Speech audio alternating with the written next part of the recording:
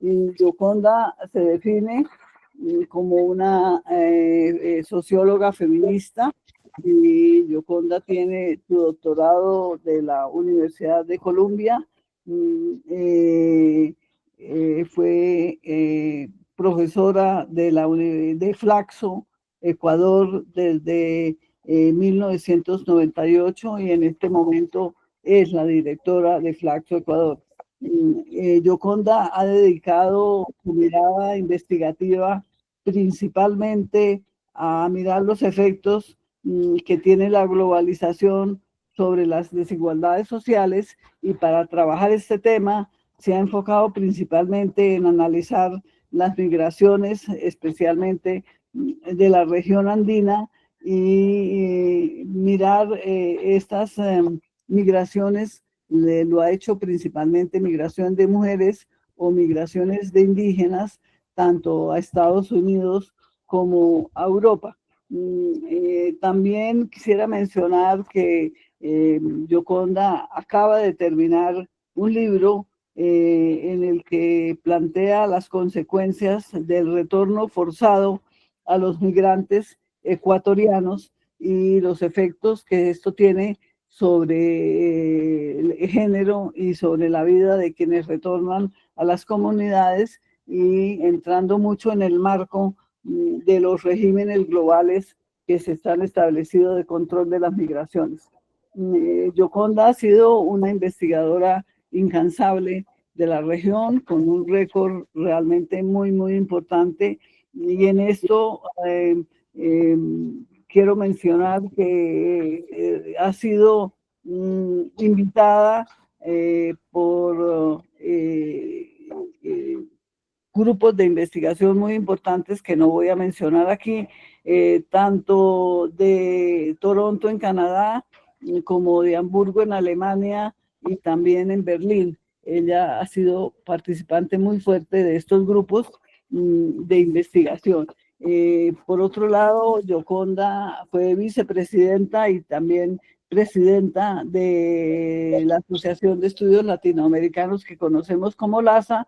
Esto fue del 2019 al 21, y también en este momento actualmente forma parte de comités científicos de ciencias sociales muy importantes de la región, tanto de Alemania en Bonn y en Berlín, como en la Universidad de Sao Paulo.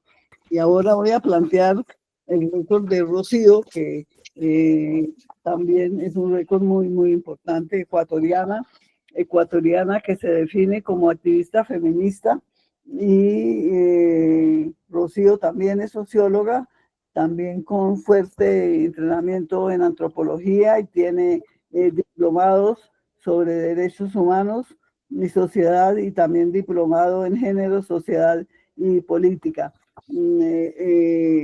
El perfil de Rocío va muy por la especialista en legislación y políticas públicas para la igualdad de género, y también consultora internacional para la incidencia en la legislación y en las políticas públicas, especialmente en género, pero también en otros temas. Rocío nos ubica estas especialidades, pero también ha estado en la docencia, y también ha estado en las publicaciones. Entre las múltiples cosas que ha planteado en su hoja de vida y que no puedo aquí referenciar todas, tenemos que en políticas de género y sociedad ha estado colaborando como oficial de programa u otros trabajos, tanto en UNICEF como en la CEPAL, como en ONU Mujeres.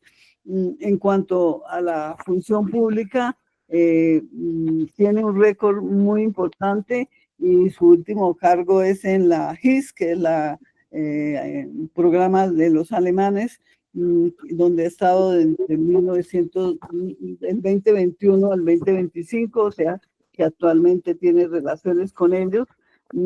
También tiene una muy importante participación en la sociedad civil, en organizaciones de la sociedad civil, donde tiene un récord que queremos señalar de una organización muy importante para todas, que es REPEN en América Latina, donde estuvo en la década de los 80 y de los 90, y menciono solamente eso, y en una de las últimas, la presidenta de la Corporación Ecuatoriana sobre Violencia Cero para las Mujeres, y es presidenta de 2024, y realmente ha sido presidenta o coordinadora o integrante de muchas organizaciones.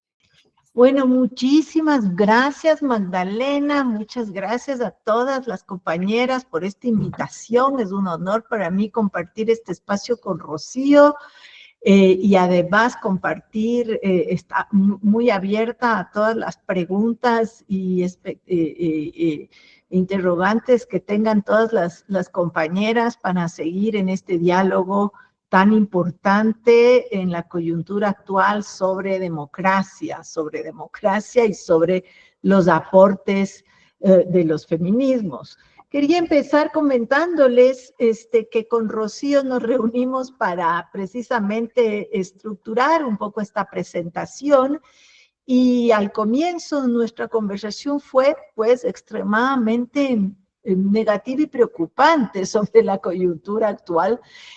Sin embargo, decidimos que más allá de presentar, digamos, este diagnóstico bastante preocupante sobre los escenarios globales, nacionales, y cómo repercuten en el Ecuador, también había que mostrar pues esta recorrido, trayectoria, fuerza y lucha de los movimientos feministas y los movimientos de mujeres que en el país ya tienen más de 50 años o más todavía, ¿no?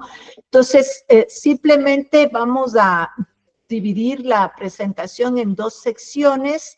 Yo voy a centrarme más en la coyuntura global y nacional, o nacional y global desde el Ecuador, es decir, cuáles son las dimensiones actuales y cómo inciden en los derechos de las mujeres en el país, y cuál es el escenario global que también, cómo el Ecuador se conecta con ese escenario global. Y Rocío va a más bien hablar ya más centradamente de ese recorrido histórico y cómo eso presenta pues una fuerza particular para enfrentar todos los desafíos que actualmente se nos presentan para analizar esta relación entre feminismos y democracias en la región.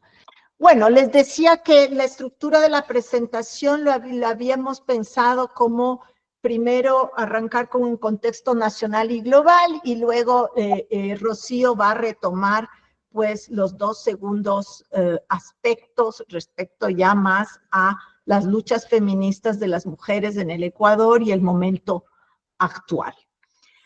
A ver, como ustedes deben haber escuchado ya de manera recurrente, este rato el Ecuador atraviesa una situación muy compleja que podríamos definirla como un momento de múltiples crisis y múltiples violencias. A mí me recuerda mucho lo que ocurrió en el país a final de la década de los 90 y también a lo que atravesamos durante los 80, ¿no? Hay algunas cuestiones que son claves para entender la coyuntura actual. De términos estructurales, podemos hablar de una débil recuperación económica post-pandemia que inclusive se refleja, lo acaba de mencionar ya el Banco Mundial y el Fondo Monetario, es decir, no son instituciones necesariamente con las que coincidimos, pero ya señalan, ¿no es cierto?, un decrecimiento del país para el 24 del 2%, algo que no había sucedido en varias décadas ya. Tenemos niveles de desempleo y subempleo que nos recuerdan precisamente la década del 80, es decir, un retroceso bastante grande en términos de indicadores de empleo que sabemos afectan más a las mujeres. Actualmente únicamente el 36% de la población ecuatoriana tiene un empleo formal con seguridad social. Es un retroceso muy grande respecto a 10 años, a los últimos 10 años. Sí quiero mencionar también un segundo aspecto que cada vez entra a jugar un papel central en los derechos frente a la reproducción de la vida y el sustento de la vida, que sabemos es importantísimo para las mujeres, sobre todo para las mujeres en condición de mayor vulnerabilidad, que es la crisis climática, energética y ambiental. El Ecuador ha pasado en los últimos 2 años muchos episodios que tienen que ver con esta crisis global ambiental de incendios, de apagones, de inundaciones, de sequías, que como les decía, ha tenido un impacto gravísimo en la reproducción de la vida, que se une, digamos, a lo que podríamos decir estos supuestos desastres naturales a una política extractivista muy agresiva, ¿no? Tal vez lo que más nos ha causado desazón y perplejidad frente a lo que ha sido usualmente el país es el aumento de la violencia social, sexual y de género a niveles nunca experimentados en el país. Tenemos este rato ciudades del país que ocupan los primeros lugares en homicidios a nivel regional, una realidad que desde el 22 en adelante nos tiene absolutamente conmovidas y muchas veces impotentes cómo enfrentar, y que ha traído muchos procesos de impunidad. Que son parte de los grandes problemas que tiene nuestra democracia en la actualidad. Esto digamos, un cuarto nivel que tiene que ser mencionado en este escenario es un retiro del Estado desde hace aproximadamente 8 años que está afectando directamente temas relacionados con la salud, la educación y los derechos económicos y sociales de las mujeres y sus familias. Solo para mencionarles una noticia de la semana anterior, en el país, solo la semana pasada, murieron 11 niños por leptospirosis, 2 niños por fiebre amarilla y 11 niños con tosferina. En una semana tenemos mortalidad infantil en torno a enfermedades que estaban supuestamente controlados desde hace muchísimos años. Tenemos un problema este rato de salud muy grave y hemos conocido en los últimos 2 años cifras de retiro y de deserción de niños y niñas y adolescentes en el sistema educativo nunca antes vistas. También se calcula que alrededor de 250,000 niños entre los 5 y 17 años este rato están fuera del sistema educativo. Es decir, y todo esto también se alimenta de un nuevo éxodo migratorio en condiciones de altísima vulnerabilidad. Fuimos la segunda nacionalidad que cruzó el Darién después de Venezuela en los últimos 3 años. Somos una de las nacionalidades que más deportaciones y devoluciones ha tenido en Sudamérica, no solamente a partir de Trump, sino del año pasado, y un crecimiento nunca antes visto de la migración de mujeres en condiciones de alta vulnerabilidad, inclusive mayor a lo que ocurrió a principios del 2000. Sí quería subrayar este escenario de múltiples crisis que por supuesto también se reflejan en múltiples violencias y en un escenario en donde estamos viendo cada vez más la articulación de violencia social, violencia estructural y violencia de género y sexual, y la urgencia de trabajar estas que han sido demandas y luchas feministas de ya más de 40 años en el país, aunadas y articuladas a este nuevo momento que vive el Ecuador.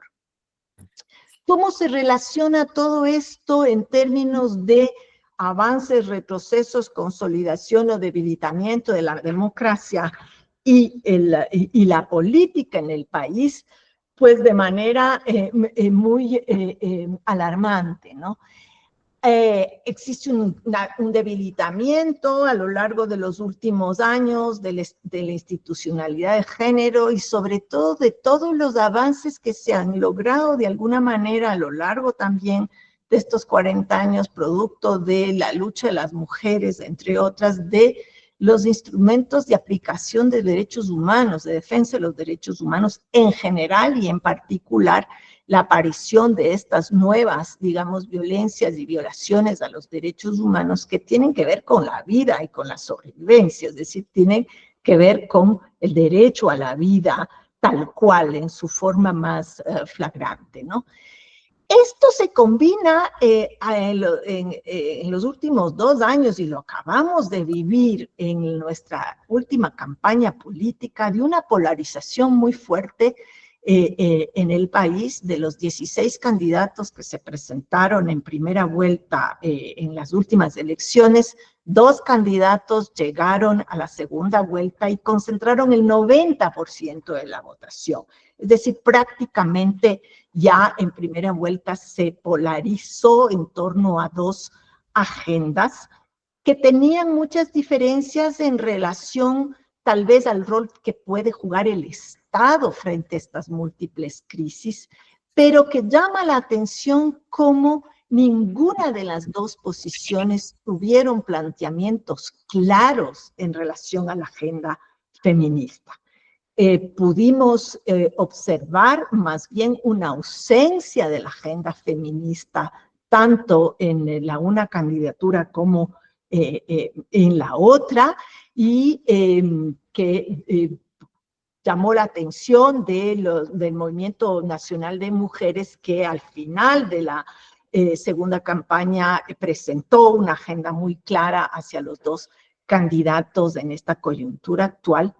Pero lo que me parece a mí aún más grave es no solamente la ausencia de una agenda feminista clara de parte de las 2 candidaturas, sino que más bien una adopción e incorporación en algunos momentos claves de una agenda antigénero por parte de una candidatura más de otra, pero yo diría de las 2 candidaturas a su vez. Entonces, estamos en un momento, digamos, muy especial, en donde no solamente que tenemos que luchar por colocar en la política formal, quiero insistir en esto, esta agenda feminista ausente, sino contrarrestar una agenda antigénero que al menos en la última elección apareció como una agenda que era utilizada por las estrategias de comunicación de las candidaturas como para legitimar sus candidaturas, ¿no? Entonces se usó el derecho a la educación, a la familia, toda la agenda antifeminista como parte de la canalización de estas candidaturas, ¿no? Lo cual es realmente un retroceso, ¿no? El usar en campañas políticas más bien la agenda antigénero más que una agenda a favor de las mujeres. Lo que sí vimos es una especie de convivencia, y que creo que también no es nueva de este gobierno, sino que ha estado acompañando los últimos gobiernos, de un cierto feminismo liberal en torno a la participación política de las mujeres, la cuota. El Ejecutivo actual habla mucho de alcanzar una equidad del 50% de mujeres ministras. Ha habido avances en la participación política de las mujeres en la Asamblea. Tal vez la función judicial es la que más ocupa este rato a mujeres, es decir, ha habido un cierto feminismo de equidad en el espacio público y en los 3 poderes, que convive este rato con políticas de ajuste estructural que afectan los derechos económicos sociales de las mujeres y con políticas de seguridad y de criminalización frente a la violencia social que por supuesto están afectando a las mujeres y sin respuestas claras frente a esta violencia, ¿no? Solo estaba en la primera, me faltaba el último punto, que es el crecimiento de estas prácticas autoritarias que van en detrimento, pues, del ejercicio democrático, un ejercicio no solo en donde se han violado no solamente aspectos procedimentales, que ya per se son graves, sino temas de impunidad, temas que tienen que ver con una progresiva militarización frente a la violencia y que están afectando, pues, la vida de las mujeres de manera flagrante, ¿no? Ahora, también diría yo que el momento actual, no sé si están viendo la lámina de contextos de este rato. Sí. ¿Ya? El momento actual, de alguna manera, también se corresponde a un nuevo momento de los feminismos en el Ecuador, que Rocío lo va a expandir mucho más. Yo aquí quisiera señalar algunas cuestiones que me parecen claves.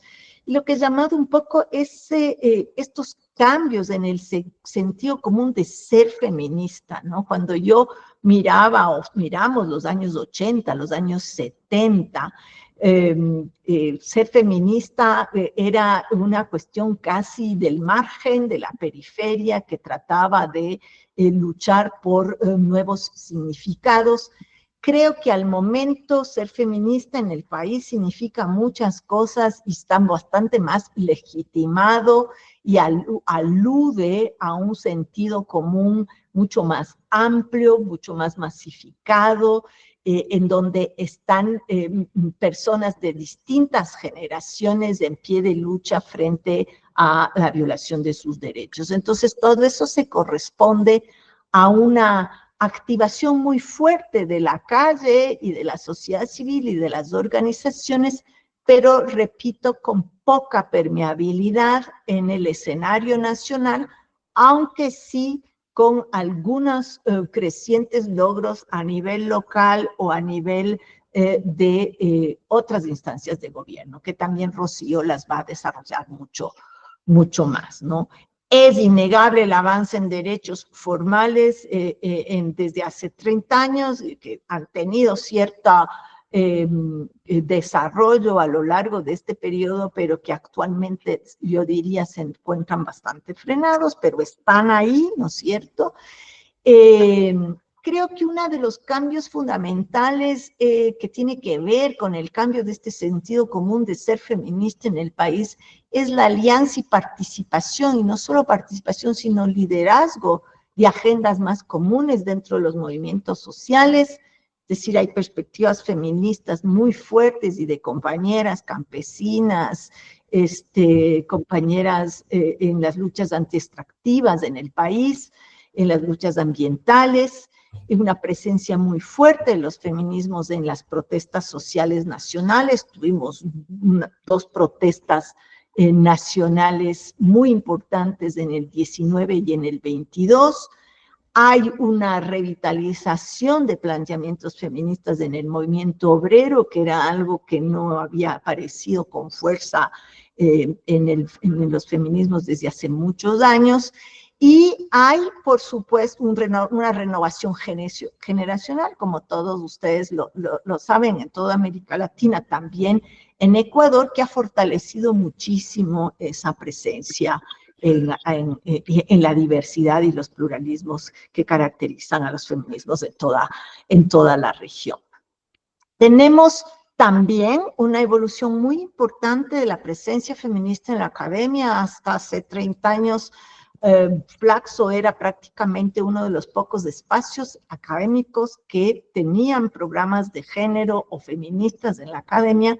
Ahora, al menos en las 3 ciudades más importantes del país, hay muchísima presencia de feministas en muchísimas universidades con programas y con acciones y con investigación, que también ha contribuido a renovar pues los conocimientos y la incidencia también y la actoría pública.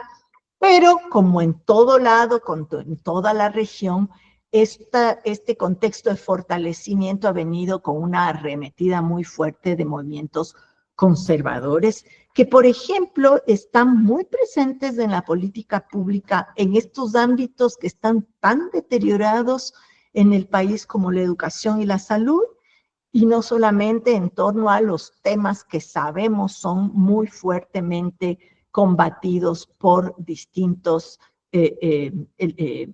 movimientos antiderechos en torno a los derechos de la población LGTBIQ+, y por supuesto el tema del aborto. Entonces hay un fortalecimiento, pero que en realidad se enfrenta también a una arremetida que penetre en los partidos políticos, en la política pública, desde también en la calle y también en la academia. La academia está siendo cada vez más amenazada en estos escenarios. ¿Cómo todo este contexto nacional, digamos, de crisis aguda que se está dando en el país, se alimenta y se articula con el contexto global, ¿no? Aquí yo creo que es muy importante pensar la fuerza y también la vulnerabilidad que ofrece el espacio transnacional para los movimientos y para de todo tipo, no solamente los movimientos feministas, sino también los movimientos antiderechos, ¿no? Entonces, definitivamente tenemos que pensar en esa influencia del contexto global y su impacto en el país, porque los feminismos son movimientos transnacionales, con redes transnacionales, y el cambio que está ocurriendo a nivel de las tecnologías de la comunicación, las TICs y todo lo que se viene alrededor de ello, que, como lo repito, no solamente son instrumentos y herramientas del movimiento feminista, sino también muy fuertemente utilizado por los movimientos antiderechos. Entonces hay una disputa por significados y una guerra, digamos, de la comunicación, que tal vez es un contexto que antes no necesariamente estaba presente y que lo tenemos que tomar como muy en serio en la actualidad por el impacto que tiene sobre todo en las nuevas generaciones, ¿no? Pero tenemos, ¿no es cierto?, y esto en términos de temas transnacionales, yo creo que sí ha habido desde ahí un trabajo de incidencia muy importante. Creo que es debido al movimiento transnacional que ha podido también colocarse con fuerza el tema del aborto en el país, que si bien tiene muchísimos años de presencia y lucha, ha sido en los últimos, desde el 2014 en adelante, diría yo, parte central de los movimientos feministas en el país. Y algo que no necesariamente existía hace 20 años, una profunda desconfianza en el Estado, una profunda desconfianza de lo que el Estado puede lograr para las mujeres en este escenario de parte de estos movimientos, ¿no? Como les decía anteriormente, esto se contrapone con movimientos antiderechos que usan las mismas estrategias de los movimientos de mujeres, lobby político, con muchísimo poder económico, disputan el conocimiento, disputan la presencia en las universidades. Sobre todo hemos vivido desde, por ejemplo, las maestrías de género, ya ataques muy claros y frontales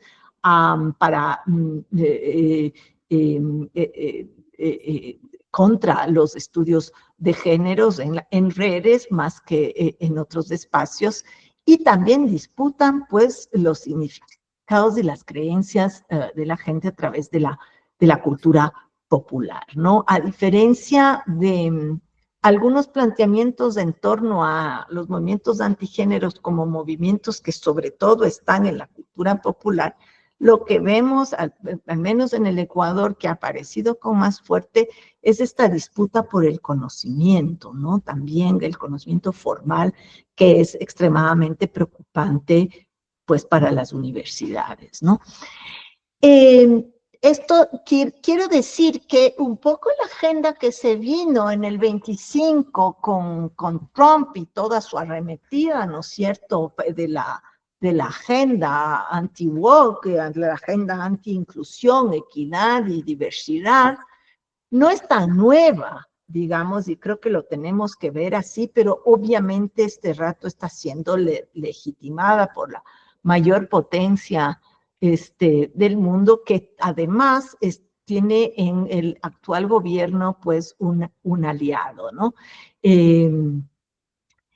Quería terminar un poco la presentación de ese escenario con esta idea, es decir, lo que vemos ahora no es tan nuevo ni es un giro autoritario nuevo, sino que ha estado incubándose desde hace varios años ya en la política formal y también en los movimientos, también en la sociedad, diríamos, y lo que tenemos ahora es una radicalización, probablemente que todavía no sabemos qué impactos va a tener en la política pública, en la democracia o en la política del actual gobierno, ¿no? Llamar la atención sobre la misma categoría de género, ¿no? Yo recuerdo cuando iniciábamos, y Magdalena acompañó mucho este proceso del programa de género en Ecuador, y los primeros años luchábamos en torno a cómo superamos el género, cómo superábamos esa categoría que nos parecía algo despolitizada, que si bien era analíticamente muy importante, pero también tenía sus grados de despolitización, con la despolitización de los movimientos dentro del Estado o dentro de se hablaba de la ONGización, es decir, queríamos ir más allá inclusive del género, se hablaba de la construcción social de la sexualidad, etcétera. ¿Cómo hemos pasado, digamos, a ahora el género como una herramienta de ataque social y moral de la sociedad, ¿no? Como la misma categoría, digamos, en coyunturas tan distintas, se ha convertido, ¿no es cierto?, se ha politizado, pero desde otras orillas, ¿no? Que desde la academia pues nos llama muchísimo la atención el examinar este proceso, ¿no? Y terminar con que este escenario actual en realidad tampoco es nuevo en el sentido de que puede ser enfrentado únicamente si miramos pues la historia de luchas y negociaciones que han tenido las distintas luchas feministas con el Estado y contra el Estado. Tal vez lo más interesante que conversamos con Rocío, y lo va a desarrollar también, es justamente cómo en distintas etapas, en distintos momentos, ha sido una lucha contra el Estado y con el Estado al mismo tiempo, ¿no?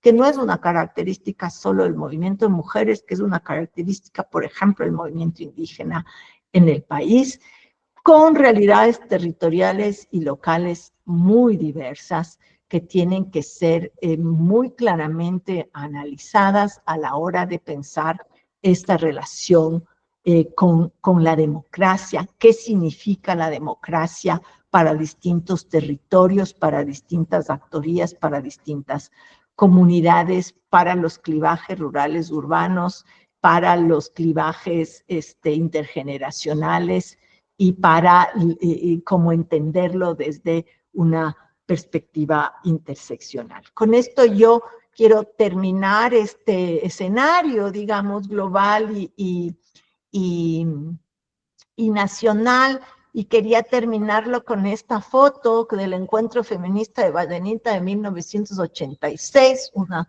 foto que justamente marca, ¿no es cierto?, lo que fue esa década del 80 tan poderosa, de un feminismo ya transnacionalizado, de un feminismo diverso también en el Ecuador, de un feminismo que cuestionaba también las relaciones de género y clase, las relaciones étnicas y de clase, y que tiene ahora, digamos, muchísimos frutos. Creo que es importante por eso en este escenario tan grave del país recurrir a esa historia y esa lucha que han tenido las mujeres en su diversidad en Ecuador.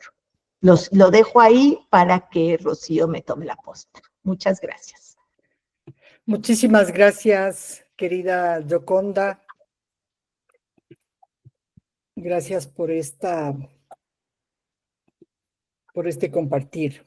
Nada, feliz de agradecerles por estar aquí presentes esta tarde y agradecerles también a todas ustedes, hermanas, amigas, colegas, compañeras, que apoyaron el proceso de los feminismos ecuatorianos en muchos momentos, desde sociedad civil, desde la movilización, desde la academia, desde la cooperación internacional. En mi presentación, con toda la introducción que dio Gioconda, yo creo que ha sido como muy importante este preámbulo tan amplio, diríamos, y esta introducción, esta visión inicial de lo que significa el feminismo en el Ecuador. Yo quiero decir que, bueno, voy a tratar algunos temas. En primer lugar, desde dónde hago yo la lectura. Yo sí quiero recuperar el papel de las pioneras.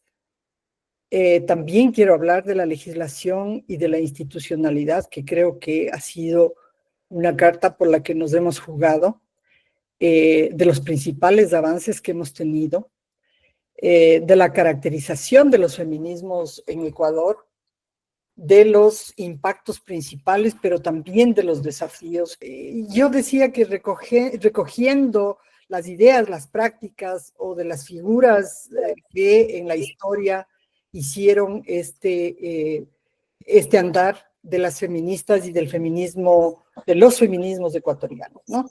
Por supuesto, el campo feminista como un espacio dinámico, ¿no es cierto?, que está en constante evolución, en el que se refleja una diversidad de voces y experiencias que, claro, se dan en la interacción con las estructuras sociales más amplias.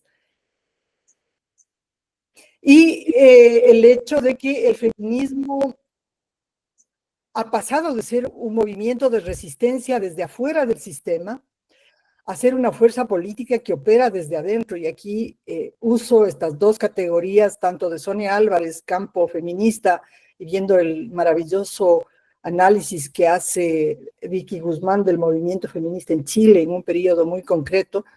Yo retomo también el de Amelia Valcárcel en este sentido, ¿no? Pasa a ser el feminismo una fuerza política que opera desde el Estado, las leyes, la academia, las instituciones internacionales, ¿no? Pero sin lugar a dudas, también desde mi activismo de alrededor de 5 décadas en la incidencia política y en la legislación. Creo que esto es también importante decirlo. Hablar de las pioneras es esencial, porque el espíritu de las mujeres, de la independencia, de aquellas mujeres que lucharon desde el comienzo por nuestros ideales es fundamental.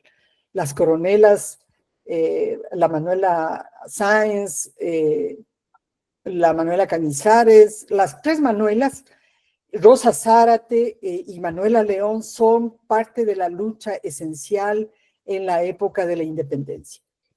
Y claro, tenemos también mujeres importantísimas en el ámbito de la cultura que tuvieron una voz muy importante dentro del primer ciclo del siglo XX, ¿no? En una etapa de ilustración en donde estas mujeres hacían cultura, publicaban revistas y lo que denomina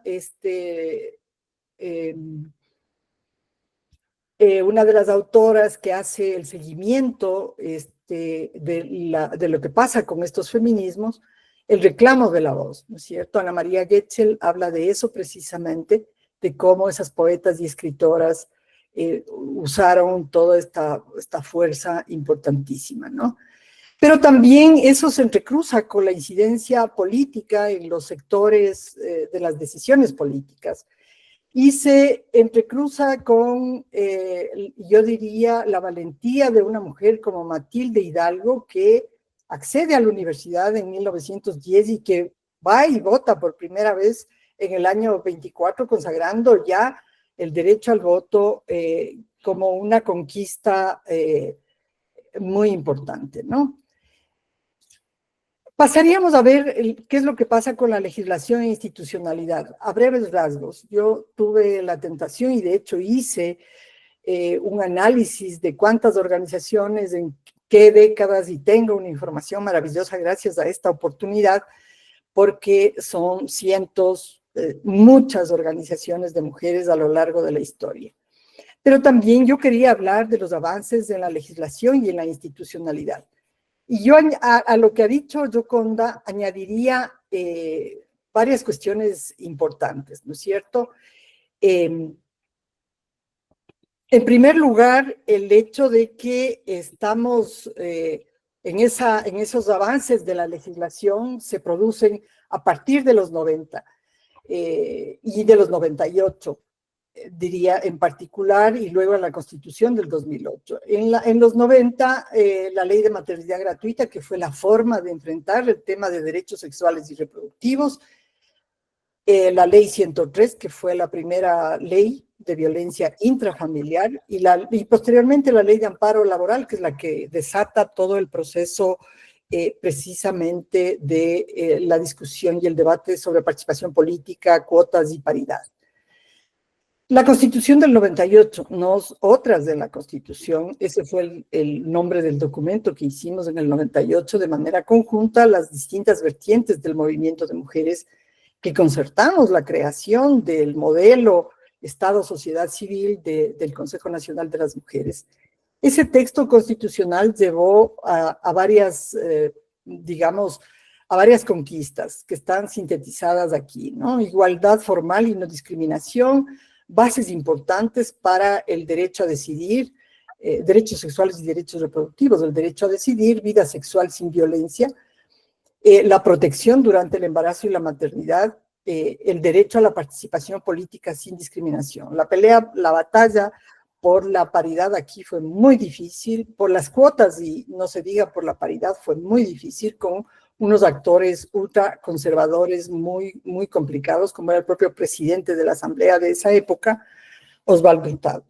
En cambio, eso sí sentó bases para la Constitución del 2008, que igual siendo un momento no solo de confluencia, sino de llegada de toda esta experiencia del movimiento de mujeres movilizado por diferentes acciones, consiguió consagrar derechos constitucionales sobre una multiplicidad de temas que tienen que ver con vida libre de violencia, igualdad salarial, protección especial a trabajadoras, embarazadas y lactantes, el trabajo del cuidado, la paridad, educación no sexista, las mujeres también víctimas de violencia en grupos de atención prioritaria y la participación política con alternancia y con paridad y alternancia. Esto es la constitucionalización de la paridad, que es un paso muy, muy importante.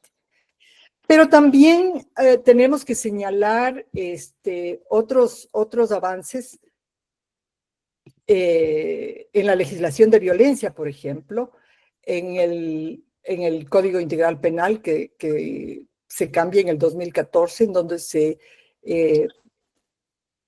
instalan las figuras penales de femicidio, trata, pornografía, de una manera mucho más con un enfoque de género, aunque no llegue a ser todo lo mejor que hubiésemos querido, ¿no?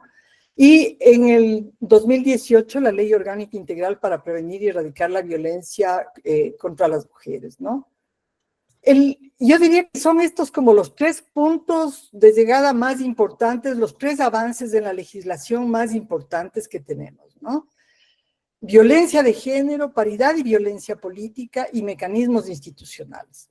Y aquí sí tenemos desglosados los cuerpos legales con los cuales llegamos a consagrar derechos, ¿no?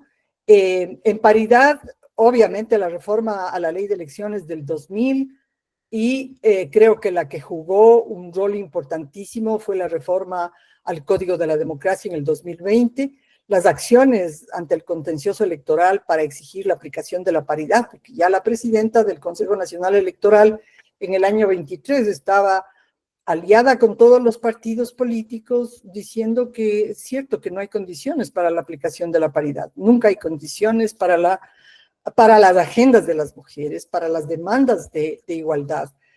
Y bueno, allí nos paramos y creo que es un momento también que es un hito muy importante que permitió precisamente que las dos elecciones últimas, la elección última que hemos tenido, las dos en realidad, pudieran ser con binomios paritarios, aunque lamentablemente en ambas elecciones hemos tenido una sola candidata, una sola y la misma candidata mujer en las dos elecciones, ¿no?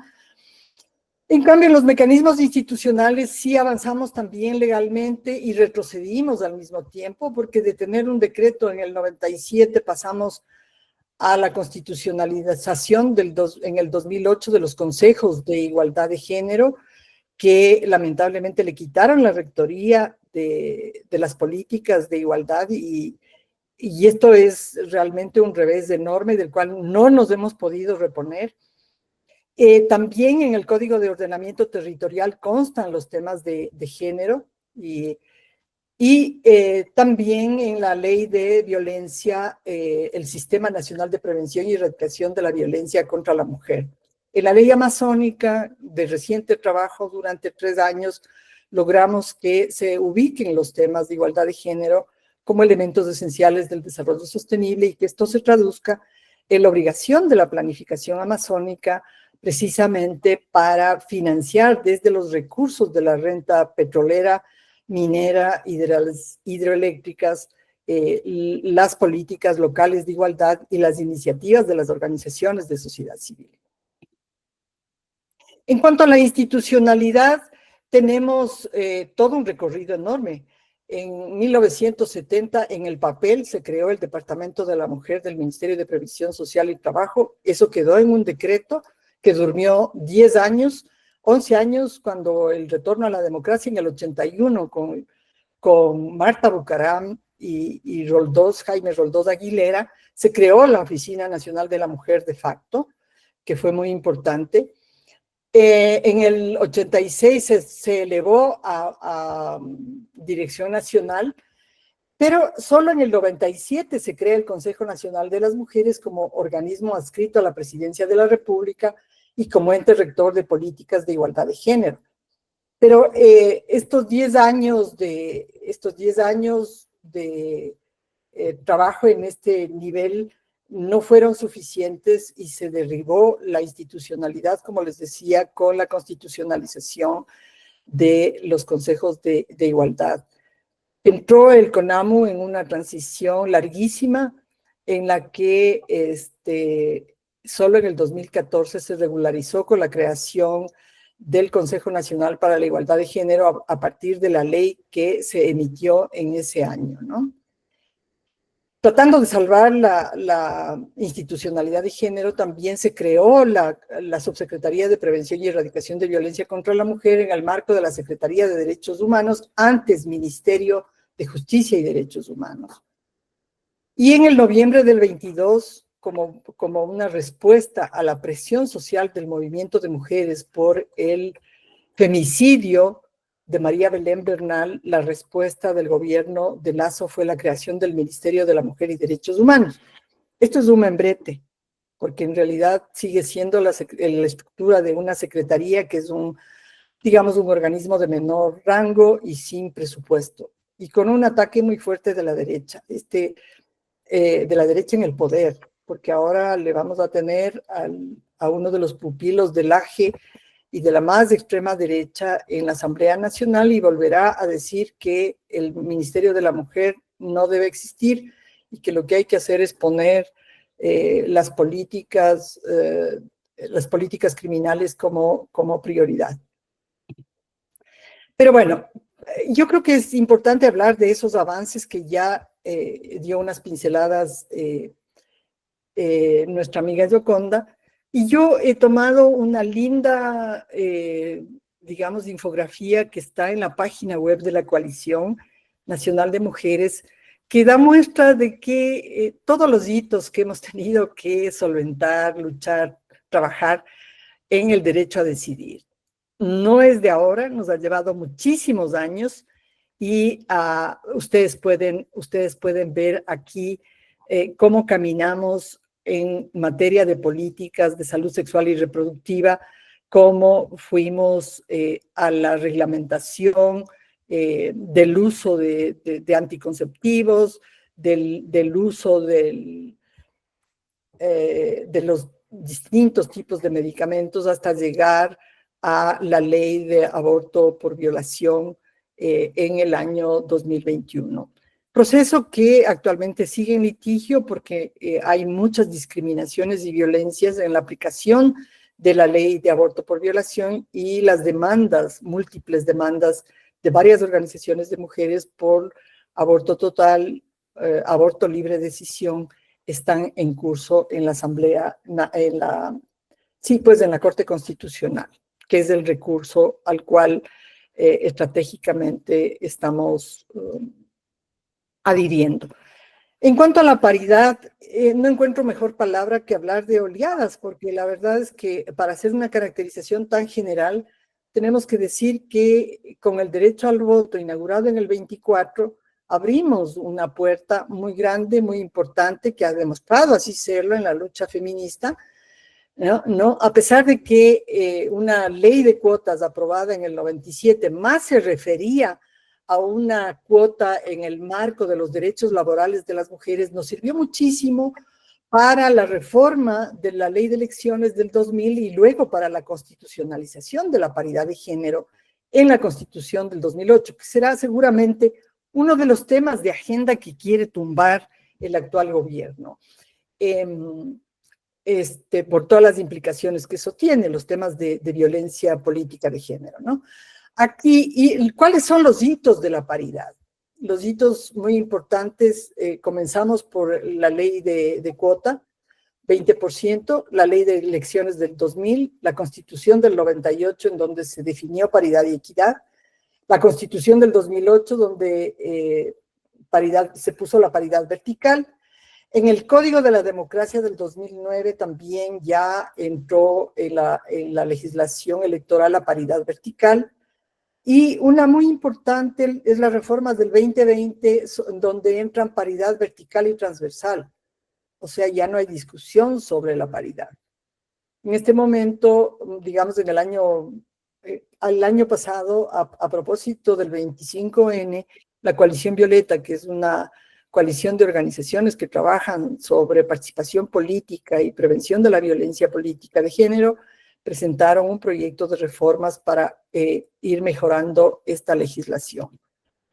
Creo que por otro lado conviene también destacar lo que hicimos para la Ley Orgánica de Prevención y Erradicación de la Violencia contra las Mujeres, que nos tomó 4 años. A partir del informe al Comité CEDAW, que fue en noviembre del 2014, nos instalamos en un proceso de lucha en el cual hicimos sin recursos, con el apoyo de 4 académicos, la redacción de un proyecto de ley que fue participativo y que es la ley actual, ¿no es cierto? Y fue muy importante, yo creo que esta es una de las experiencias más bonitas que hemos desarrollado, por ejemplo, en el trabajo conjunto con las compañeras indígenas para optar por la administración de justicia indígena o justicia ordinaria. Ya eso se había hecho de alguna manera para la Constitución, para la Constituyente del 2008, pero no logramos.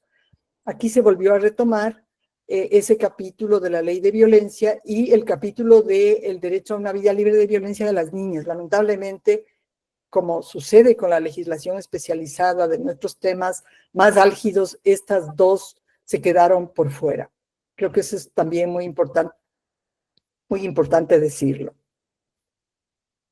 ¿Cómo caracterizamos los feminismos? Después de todo lo que ya ha señalado Yoconda, creo que es bien importante decir que las organizaciones han jugado un rol activo. Gracias.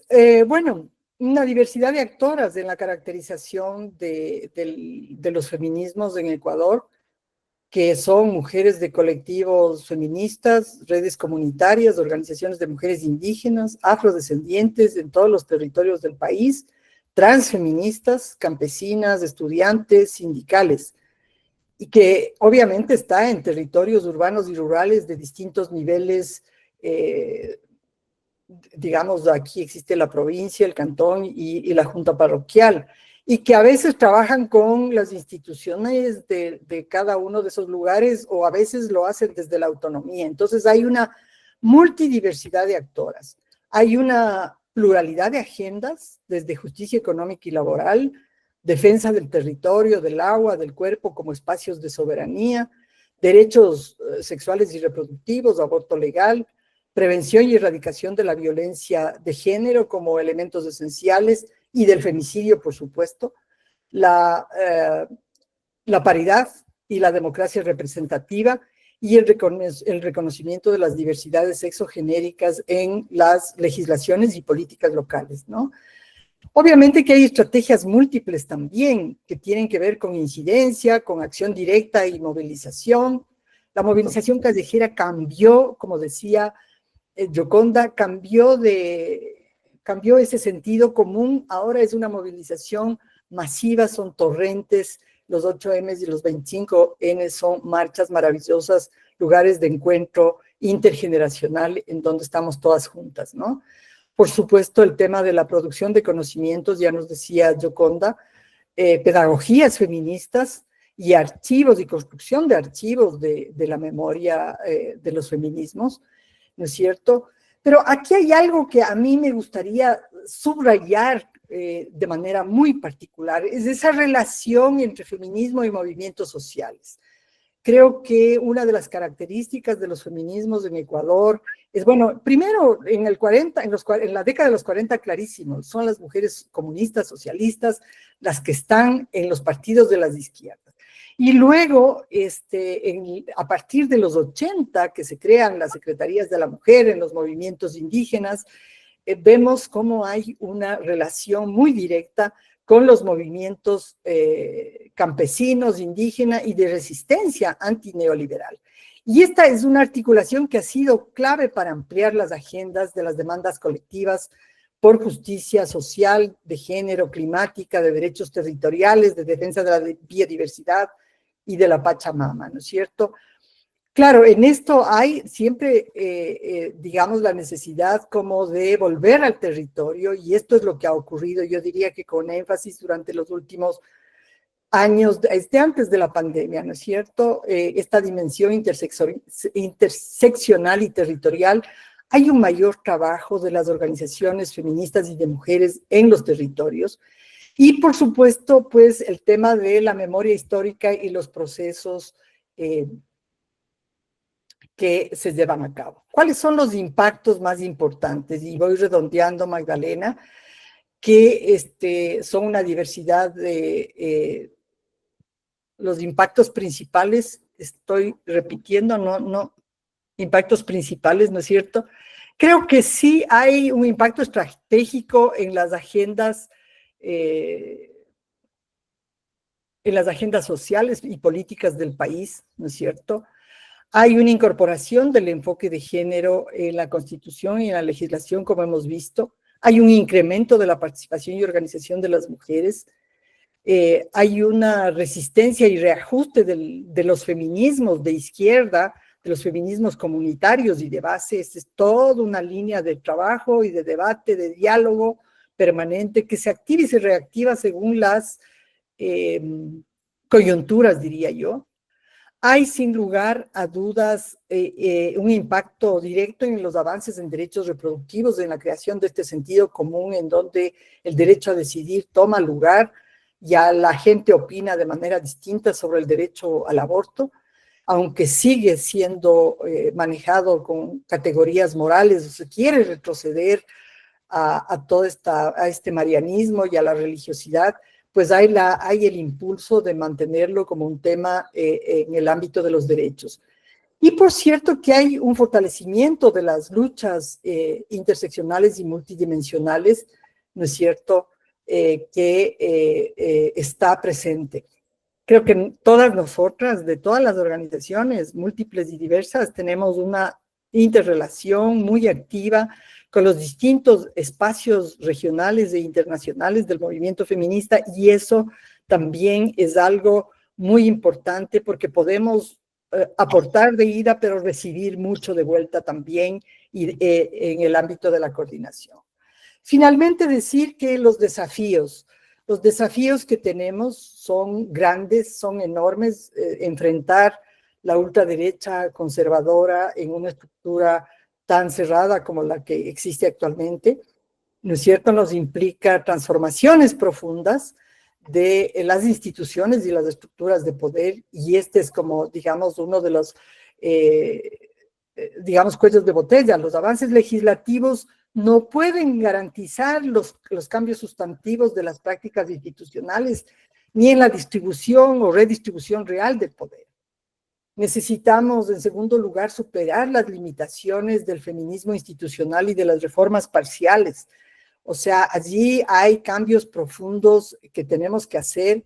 Hay una dificultad enorme en conciliar estas perspectivas y evitar que las reformas queden en meros símbolos sin impacto real en la vida cotidiana de las mujeres.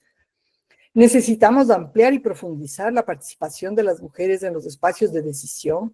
Si bien hay una representación política mayor, ahora ya con las últimas elecciones de febrero estamos en el 46% en la Asamblea Nacional, aún falta por consolidar una participación genuina y significativa que permita que desde el feminismo las mujeres puedan influir en las agendas públicas y en las políticas desde una perspectiva de derechos y de justicia social, sin reproducir los roles tradicionales o simbólicos. Y claro, enfrentar los retos de la interseccionalidad y las diversidades es una lucha de todos los días, porque es reconocer y articular las demandas de las indígenas, de las rurales, de las afrodescendientes, de las campesinas, de las urbanas, de los barrios y de todas, para lograr que efectivamente haya una representación de todas. Por cierto, impulsar la defensa y expansión de los derechos sexuales y reproductivos como un ejercicio de la ciudadanía plena, la erradicación de las prácticas patriarcales y culturales que reproducen la violencia, la discriminación y la violencia, ¿no es cierto? Esta cultura patriarcal que necesita ser transformada, esas prácticas que requieren campañas de sensibilización, de educación y de cambio de las subjetividades y de las narrativas a nivel de la educación, de los medios y de todas las expresiones artístico-culturales, ¿no? Por supuesto, uno de los grandes desafíos es garantizar la soberanía y la autonomía de los movimientos populares, de las organizaciones populares de mujeres y comunitarias, ¿no es cierto?, haciéndole frente a un Estado profundamente neoliberal, reducido al mínimo, ¿no es cierto?, y muchas veces debilitado por estos intereses que están en pugna y que no son precisamente, que no tienen que ver con la protección de derechos. Nuestra lucha en el Estado local y nacional sigue siendo la misma, la exigencia, la demanda de la protección integral de derechos. Y por supuesto, un desafío grande es que fortalezcamos esta solidaridad y articulación regional e internacional, porque es un elemento esencial de los feminismos que crecen en este momento, ¿no? Muchísimas gracias, compañeras. Perdón. Sí, muchas gracias, muy amables por la conferencia. Me pareció muy buena. Sin embargo, tengo una inquietud. Una es que yo creo que el movimiento feminista ha hecho muchos esfuerzos por integrarse a otros movimientos sociales. Sin embargo, la pregunta mía es si esos movimientos sociales sí están comprometidos con la agenda feminista. Esa sería una pregunta. Gracias. Bueno, yo felicito a ambas por la presentación. Creo que muestran muy bien todos los avances y los recursos con los que cuenta el movimiento feminista en esta coyuntura. Pero a mí me gustaría plantear dos temas, dos preguntas. Uno, tratar de ver en este momento qué cambios se están produciendo materiales en la vida de las mujeres. O sea, hay cambios ligados al desarrollo, hay transformación en el cambio climático que están transformando la vida de las mujeres y a veces volviéndola hacia atrás, volviendo a perder logros, por lo menos a nivel del trabajo, a nivel del mercado. Entonces, ver un poco esta nueva situación. O sea, yo tengo bastante preocupación por el contexto actual. Y políticamente me preocupa porque hay todo un proceso, incluso de fuerzas aliadas, de sumergir la agenda feminista. O sea, por lo menos lo veo en Chile yo, que hay esfuerzos de debate muy fuerte contra la derecha, pero ha pegado mucho la idea de el singularismo, la política de la identidad. Entonces, en ese tipo de lucha pienso que es un reto como incluir en la nueva planteamiento de la igualdad y políticas universales, de igualdad sobre todo, todos los aspectos de una agenda de pluralidad y de feminismo. Eso me preocupa políticamente. Y sí estoy de acuerdo que el ataque no es puramente cognitivo, discursivo, sino va a haber un ataque a la institucionalidad, a las estructuras, a la universidad, lo estamos viendo, o sea, pero atacando las formas de producir conocimiento y lo que pueden llamar como exceso en la producción de conocimiento, como imposición de ciertos temas, etcétera, y también todo lo que tiene que ver con el Estado y debilitamiento institucional. Creo que hay que poner sobre la palestra el hecho de que las fuerzas derechas están teniendo mucha votación, y dentro de esa votación, si bien las mujeres han sido una fuerza de protección, y en el caso de Chile se han defendido frente a los temas de género, es cierto, están votando. Entonces estamos en una coyuntura en que yo siento que todo lo que cuenta Rocío y cuenta es una que nos dice qué recursos, qué estrategias tenemos, cómo tenemos todo un acumulado, pero que habría que ponerlo en este nuevo escenario. En concreto, en Chile, por ejemplo, yo creo que las candidaturas que hay en la primaria progresista, uno de los problemas va a ser en que no por ganar el centro se empiezan a sumergir demandas de pluralidad y demandas de igualdad de género. Esa es mi preocupación, que se las dejo a usted. Gracias a Yoconda y a Rocío por sus exposiciones. Yo quisiera preguntarle a Yoconda lo siguiente: cuando nos habló de una serie del contexto, digamos, como internacional, se refirió a unas cosas culturales y a la religiosidad popular. Yo quisiera que me dijera en qué lo relacionado con lo religioso está afectando directamente los movimientos feministas. Gracias. Yo estoy impresionada por el crecimiento de la extrema derecha en el mundo y en nuestra región. Y entonces, y justamente Ecuador es un punto fundamental, lo hemos visto a su presidente hoy con Netanyahu, ya con los planes de ocupación de Gaza. Entonces, es un contexto donde es muy complicado porque nosotras hacemos como si fuera un espacio libre y la verdad es que tenemos algunas condiciones bastante adversas en este momento.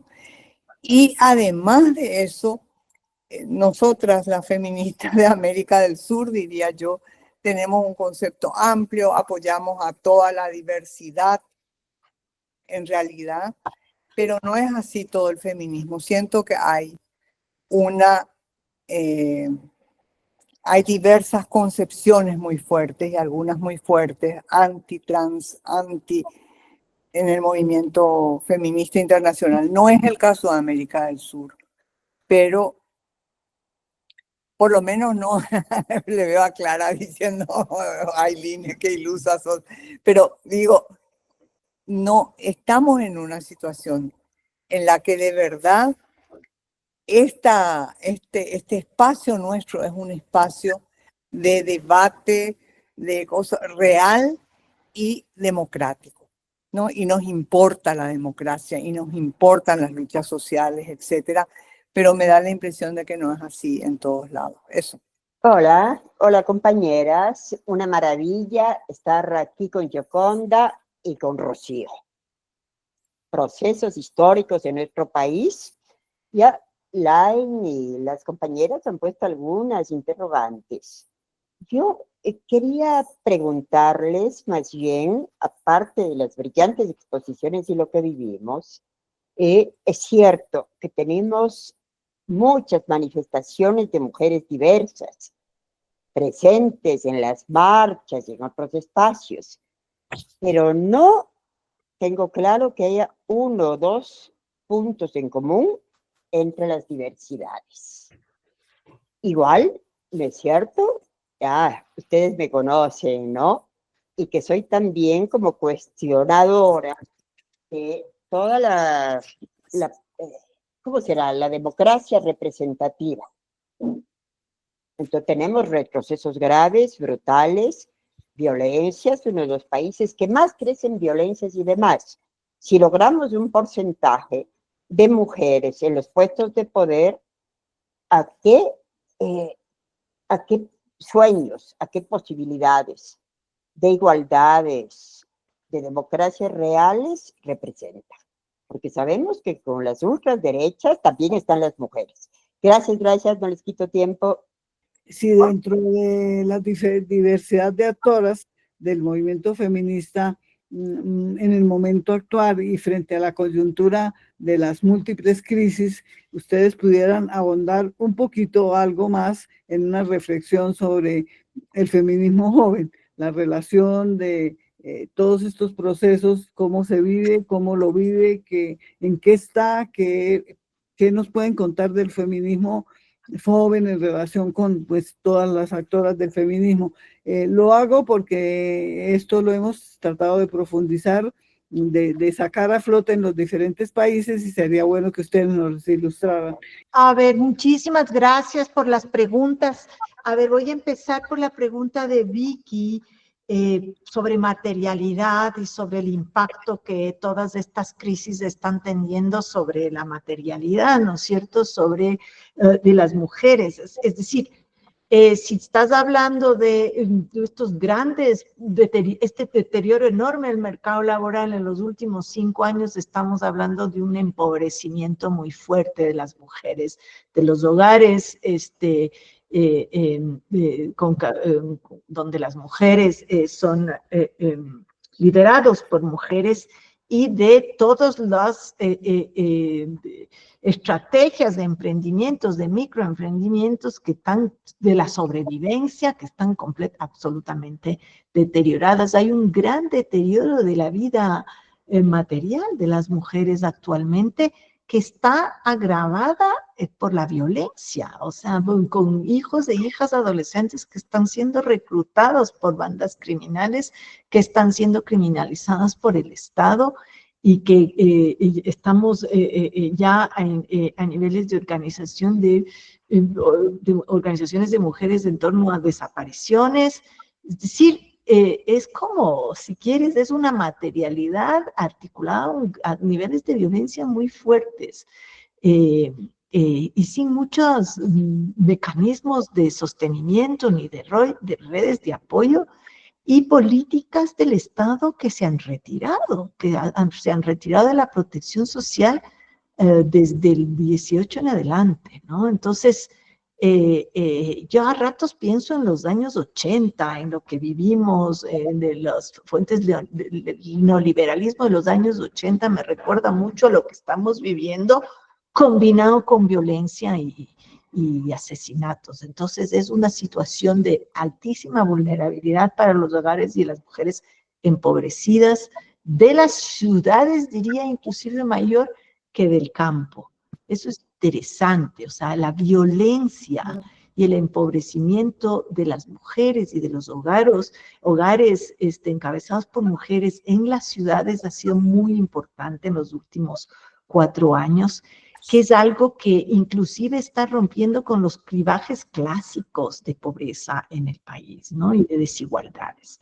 Eso, entonces, por lo tanto, yo sí creo que en la multiplicidad de movimientos jóvenes, y con eso articulo con la pregunta de Magdalena, en el país no es un tema solamente identitario.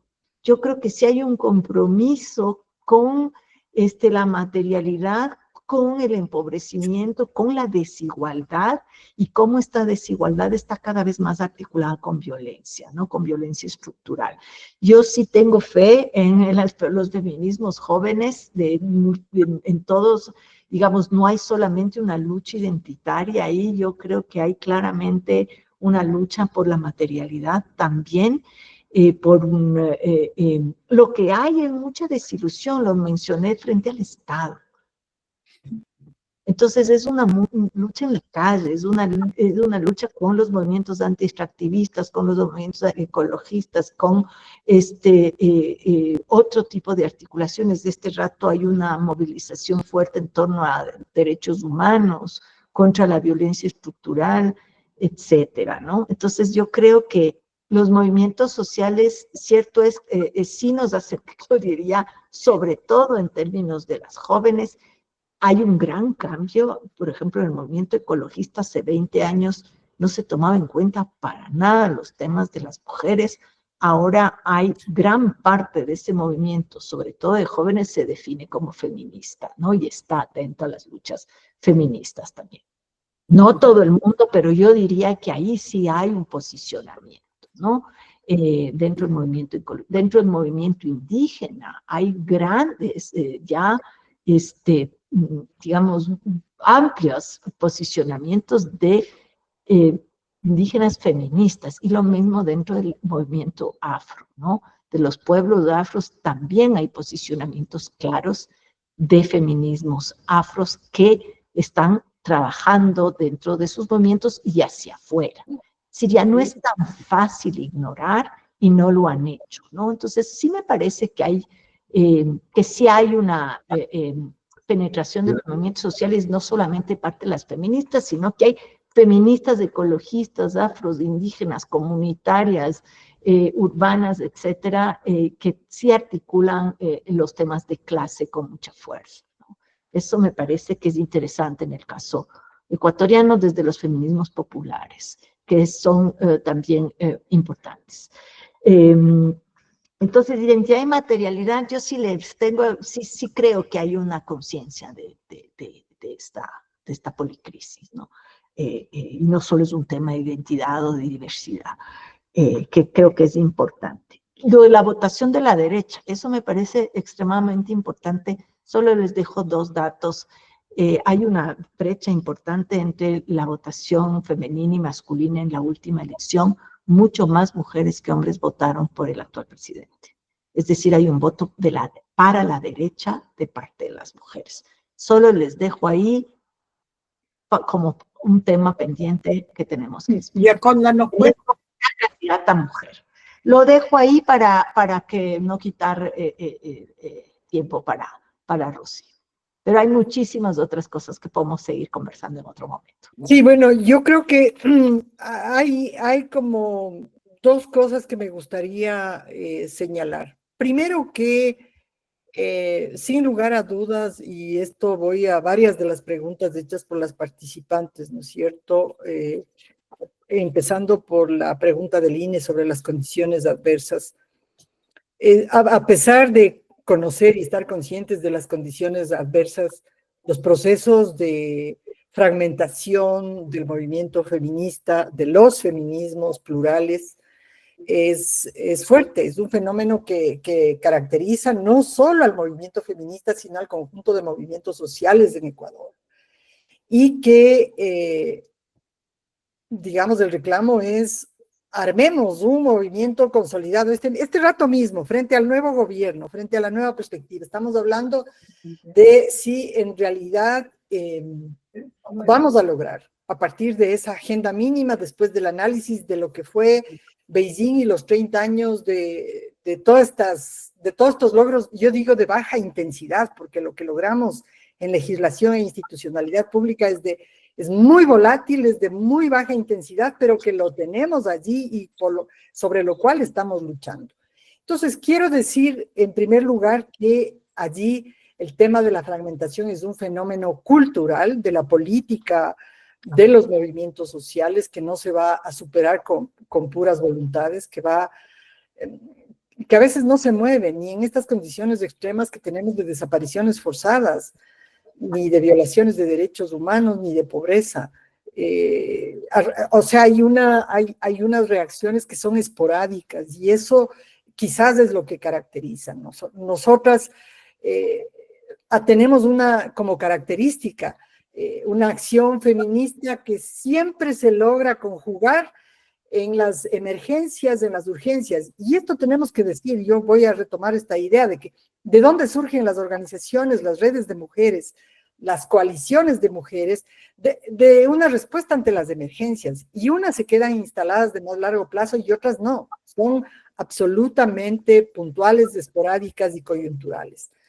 Y en este sentido, yo creo que las distintas emergencias del país, las emergencias estructurales de empobrecimiento, de violencia, como las actuales, igual que los terremotos o el tema de la nueva realidad en la relación con el Perú, fueron articulando formas de organización de las redes feministas, incluso a nivel fronterizo. Por otro lado, yo sí quisiera decir que en este sentido, en mi reflexión personal, hay varios puntos en común que tenemos las mujeres sobre los cuales logramos concertar, y son estos tres de los cuales yo les he hablado. Es decir, de derechos sexuales y reproductivos y aborto, en eso no hay diferencias, digamos, sustanciales. Creo que esos puntos en común están en la agenda. El otro es el de la paridad, sin lugar a dudas, ¿no es cierto? Y el otro es en la exigibilidad de derechos frente a situaciones concretas, que puede variar en lo territorial y en lo nacional. Hay un descrédito del Estado por su desarmaje, hay un descrédito enorme y ya se localizan las luchas en este sentido. Hay una tendencia muy fuerte de las organizaciones de mujeres a levantar sobre la reivindicación de que el Estado atiende. Entonces, lo que hacemos nosotras es, dicen las mujeres de los barrios suburbanos de Guayaquil o de Esmeraldas, ante la falta de atención del Estado, nosotras hemos creado, digamos, una serie de mecanismos de interrelación que van desde lo material, con el apoyo a los emprendimientos. En este momento, por ejemplo, hay toda una nota de las mujeres esmeraldeñas trabajando por mejorar sus mecanismos de marketing, porque son emprendedoras y necesitan colocar sus productos en el país. Ese es un desafío grandazo, material, muy importante. No viene a ser tan importante el ponernos de acuerdo sobre la agenda, es sobre la materialidad que nos estamos moviendo en ese caso, o sobre otros temas como la atención de las víctimas de violencia de género. Se están haciendo alarmas comunitarias, se están haciendo planes comunitarios de seguridad ciudadana, porque no existe policía nacional, porque no existe institucionalidad que responda. Y esto es lo que te dicen las mujeres en los territorios. La policía no me atiende, llega a los 2 días, no hay protección. Y cuando decides judicializar un caso de violencia, ya las mujeres no quieren judicializar los casos de violencia. Estamos en ese extremo en este momento, que es preferible buscar los mecanismos de atención y protección en estas redes de apoyo comunitario, y caminamos para allá fuertemente. Yo a lo del feminismo joven que dijo Gioconda le agregaría un factor más. Yo creo que el feminismo joven está trabajando de manera muy, muy resonante en las universidades. Hay una red muy activa interuniversitaria sobre violencia contra las mujeres, y eso crece y se expande y crea nuevas versiones de los feminismos en estas generaciones. Pero también hay algunos de los grupos de los feminismos jóvenes que optaron por la vía de hacer una ONG o colectivos con vida jurídica para hacer cierto tipo de actividades en la formación, en la capacitación, en el litigio estratégico, en la defensa de las víctimas, en el acogimiento, tanto en aborto como en violencia. Y yo creo que esas son cosas que tenemos que decirlas, porque, por ejemplo, la red de las comadres, la red de las defensoras, ¿no es cierto?, que están en muchos lugares del país, que son mujeres que apoyan a las mujeres en este contexto de ausencia estatal. Hasta por ahí me quedaría. Muchísimas gracias. Ecuador, Colombia, dos países hermanos vecinos afectados por una macrocriminalidad transnacional que está significando tremendos costos para la estabilidad y la seguridad en el país, y por eso quiero preguntarles, el lugar que hoy en día ocupa el tema de la seguridad desde la perspectiva de esta macrocriminalidad transnacional y que cobra unos efectos diferenciados en las mujeres, ¿qué lugar ocupa en el pensamiento feminista ecuatoriano y en la práctica? Hemos empezado desde diversos lugares, desde diversos espacios del feminismo colombiano, asumir la tremenda urgencia que es atravesar América Latina con esa pregunta, ¿no? La pregunta por la seguridad frente a esta macrocriminalidad que atraviesa todo el continente. Gracias. Bueno, yo tengo una pregunta muy específica y tiene que ver con el tema de prevención, de atención y de sanción de violencias por sexo y género. Yo creo que tenemos legislaciones similares y lo vimos casi en las mismas fuentes. El impacto tanto de México como de España fue definitivo en nuestras legislaciones, pero hay algo y es un retroceso grandísimo que se está dando en el acceso real de las mujeres, de las niñas y de las adolescentes a la justicia. Tenemos aparatos de justicia insuficientes, tenemos imaginarios y prácticas discriminatorios por género por parte de operadores judiciales, administrativos, policivos, además de que tenemos legislaciones muy fuertes y una Corte Constitucional que exige a los operadores fallar con enfoque de género, con enfoque de sexo, con enfoque de interés superior de niños y de niñas. Pues todos los días tenemos casos de violencia sexual contra niños y niñas, de desplazamiento, de reclutamiento, etcétera. Como hay una frontera común, ¿sí?, que ha sido tocada también por el conflicto armado, estoy segura que muchas de estas expresiones violentas que se han dado en nuestro conflicto se están trasladando a Ecuador. Quisiera saber si ustedes están viendo esta especie pues de desmonte en la garantía de derechos en el tema de violencias contra las mujeres y específicamente quisiera preguntar sobre el tema de feminicidio. Acá también tenemos una ley de feminicidio, pero hay fiscales que fácilmente simplemente tipifican no como feminicidio, sino como un homicidio agravado. Quisiera hablar más, pero esa es la pregunta. Sí, quiero retomar una pregunta que se me quedó de las intervenciones pasadas, es la de la religiosidad y por qué le había incluido yo como un desafío para los feminismos, o bueno, como parte de esta arremetida más bien conservadora, porque yo sí creo que hay mucho uso de parte de las arremetidas conservadoras de la religiosidad popular y eso nos tiene en contra. ¿Por qué? Porque de alguna manera creo que también dentro de los feminismos hay movimientos en torno a la espiritualidad, hay movimientos católicos feministas, hay movimientos también de religiones evangélicas con posturas feministas que han estado presentes en Ecuador con una voz muchísimo más débil, por supuesto, que los movimientos antiderechos, pero que son espacios que me parecen importantes también disputar. Entonces, en ese sentido es que yo lo coloco como también un espacio de disputas importante. Tenemos católicas por el derecho a decidir, etcétera, etcétera, ¿no? Pero no voy a, digamos, ese es el motivo por el cual sí me parece importante tomarlo en cuenta también, porque forma parte de las agendas feministas desde mi punto de vista. Gracias por las dos últimas preguntas. Yo creo que por el momento existe mucha alarma de cómo articular una posición feminista frente a la violencia, la impunidad, el narcotráfico, todo lo que eso significa. Tenemos muchísimo que aprender, con eso quiero finalizar.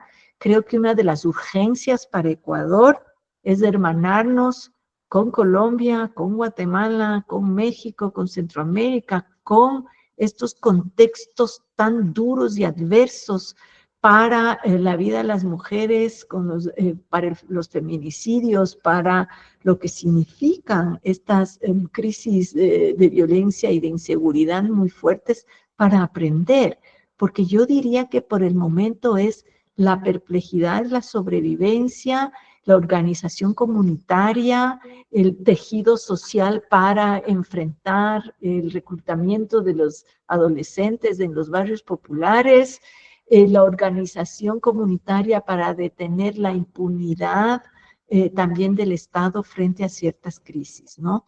No conozco mucho el estado ya de la cuestión en términos de implementación de la ley contra la violencia y el estado poco de la cuestión judicial. Creo que también se viene, digamos, como un tema importante, a pesar de que efectivamente, al igual que otros países, pues hemos trabajado 40 años en la violencia contra las mujeres, tenemos una ley integral, capacitaciones de estas semanas, en 2 semanas de Flaxo hubo 2 eventos grandes de capacitación a fiscales, a juezas.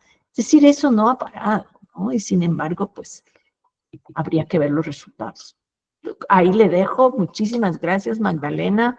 Y sí, creo que nuestra urgencia es hermanarnos en el diálogo entre cómo enfrentar, cómo construir una posición feminista que trabaje los temas de violencia social estructural, del narcotráfico, que es al fin y al cabo un sistema de dominación, como lo ha sido el Estado, como lo hacen muchos, se convierte en un sistema de dominación que está golpeando los cuerpos de las mujeres. No solamente es una economía ilegal, es un sistema de dominación. Entonces creo que a partir de ahí nos tendría que dar la pauta para tratar de ver cómo desestabilizamos esa dominación y la violencia sobre los cuerpos de las mujeres, especialmente en los sectores populares. Yo añadiría que los esfuerzos que se han estado haciendo para incluir la dimensión de género y los derechos de las mujeres en la política nacional de seguridad se dio trunco, lamentablemente, con el tema de los fondos a USAID. Había un gran proyecto, de Palladium Group, una ONG financiada por USAID, que estaba trabajando en esta línea súper importante y en donde habíamos podido colocar precisamente cómo es de importante la dimensión de género en la violencia, en el marco de la violencia estructural, de la violencia que produce el narcotráfico, y por lo tanto en las respuestas del Estado en los niveles correspondientes, es decir, en los distintos niveles de gobierno. Sí, yo comparto con Gioconda yo diría este llamado. Algunas de ustedes nos pueden ayudar en este sentido con información, con contactos para tratar estos temas. En algún momento dijimos, hagamos un intercambio, por ejemplo, con Colombia sobre varios temas pedagógicos, varios temas de seguridad. Hemos hecho cosas de autocuidado y seguridad comunitaria. Creo que es muy importante también para nosotras continuar en esa línea de hermanar experiencias y propuestas de manera conjunta. Respecto del tema de la atención, protección y reparación de los derechos de las víctimas de violencia y el sistema judicial, es realmente desastrosa la situación, porque la estructura del sistema judicial en el caso del Ecuador está atravesada profundamente no solo por el machismo y el patriarcado, sino por los intereses clientelares del narcotráfico y con unos niveles de corrupción en donde resulta fácil para los femicidas, para los, digamos, para los violadores, la excusa de sus sentencias incluso, habeas corpus, habeas data, una cantidad de recursos horribles que hemos visto utilizar en los últimos años en materia de los litigios de femicidio y de delitos sexuales sobre todo, ¿no? Entonces, en este sentido, yo personalmente dejé de trabajar el acceso a la justicia hace 3 años porque creo que para mí resultaba mejor o más práctico hacerlo en lo que conozco, que es las políticas del Ejecutivo y los gobiernos locales. Porque la decisión de trabajar en acceso a la justicia requiere de un trabajo mancomunado también fuerte, enorme, que emplaza a todas las instituciones que están en la función de la administración de justicia. Esta es Fiscalía, Defensoría Pública y juzgados en sí mismo, y que están siendo disminuidos en la especialidad, porque si hay algo que se logró, por ejemplo, en un momento determinado, en una coyuntura, entre el 2014 y 2016 más o menos, o antes, 2012, 2016, fiscalías especializadas de género. Se logró también juzgados especializados de género, pero eso no ha persistido, no ha permanecido. Por eso, a eso me refería yo cuando tenemos instituciones de baja intensidad, que se cambia una autoridad y la autoridad cambia y les manda a los fiscales de género a delitos de tránsito. O sea, todo el bagaje, el know-how, la especialidad se desperdicia y no se usa en beneficio de la protección de los derechos de las víctimas. Les pongo un ejemplo. Entonces, no hemos logrado reinstalar en la función judicial una responsabilidad de protección de los derechos de las víctimas de violencia de género y niños y niñas incluidos. Yo creo que este es un tema grande y grave que es emergente. Y por eso les decía, las mujeres ya deciden no ir a la función judicial. Y lo que prefieren es hagamos estas atenciones, estas contenciones psicológicos, sociales, redes de apoyo, que no son solamente alarmas comunitarias para cuidarnos, sino que tienen que ver, digamos, con este conjunto de respuestas para apoyar la sobrevivencia y los proyectos de vida de muchas mujeres, que en la mayoría de los casos requieren mucho y muy rápidamente el empoderamiento económico, el acceso a los recursos, porque si no, no se rompe el círculo de la violencia nunca y se puede seguir ad infinito. Yo con esto cierro. Muchísimas gracias. Elsa, gusto enorme. Nos vemos después de 2 décadas, dice Elsa Gómez. Gracias a todas. Gracias, Gina. Bueno, decirle nada más que el año pasado fuimos a presentar el informe de Ecuador, el Isoquito, y que ahí le pasé a Rocío y a Beatriz para que tengan y le manden a ustedes el link o el adjunto, por si quieren tener en pocas páginas algo que grafica todo lo que las compañeras están diciendo. Los datos, ¿no? Comparados con el resto de la región, que es importante saberlo, porque lo que pasa en Ecuador, a mí, que soy un país chico, más chico que Ecuador todavía, me importa mucho. Y creo que tenemos que poner, sí, el ojo y el hombro, y sobre todo la cabeza, para ver cómo podemos apoyarnos. Nada más. Un abrazo y las felicito. Muy importante todo lo que han dicho. Gracias, Lucy. Gracias. Bueno, yo voy a cerrar esta excelente reunión y voy a cerrar dándole realmente a Yoconda y a Rocío mis más sinceras gracias y con profundo respeto, con profunda admiración y con profundo afecto de estar con nosotros, de compartir de esta manera tan sistemática y profunda el caso de Ecuador para las latinoamericanas.